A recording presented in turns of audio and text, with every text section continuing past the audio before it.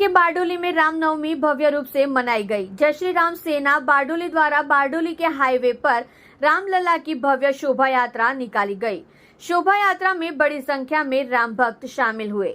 1500 वर्षों के संघर्ष के बाद भगवान श्री राम की जन्मस्थली अयोध्या में श्री रामलला का भव्य राम मंदिर का निर्माण हो चुका है और भगवान श्री राम के मंदिर में विराजमान होते ही पूरा भारत देश भर राममय हो गया है।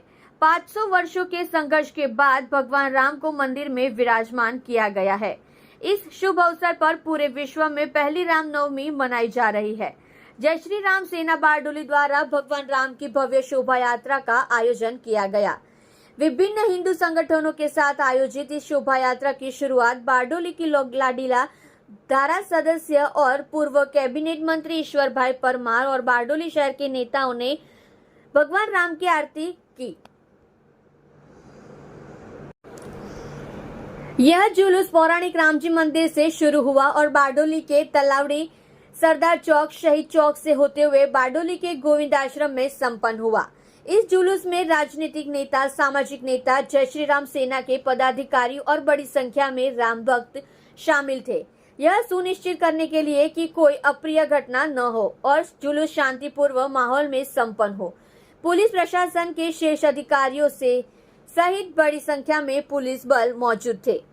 प्रेमनारायण सूरज प्रताप पांडे, जय श्री राम सेना प्रदेश संयोजक।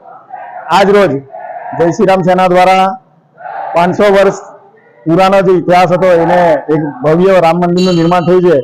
એના સંદર્ભમાં આજ રોજ જય શ્રી રામ સેના દ્વારા ભવ્ય રામ શોભાયાત્રાનું આયોજન કરવામાં આવ્યું હતું। એના જે છે બારડોલીમાં ખૂબ મોટી સંખ્યામાં હિન્દુ રામ ભક્તો ભેગા થયા હતા, જેને આજ રોજ પોલીસ તંત્ર હોય કે હિન્દુ સંગઠનો હોય એને ખૂબ શાંતિપૂર્ણ રીતે પાર પાડી છે।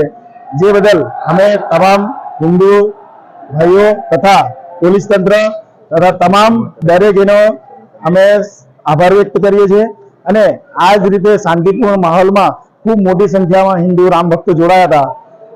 જય શ્રી રામ।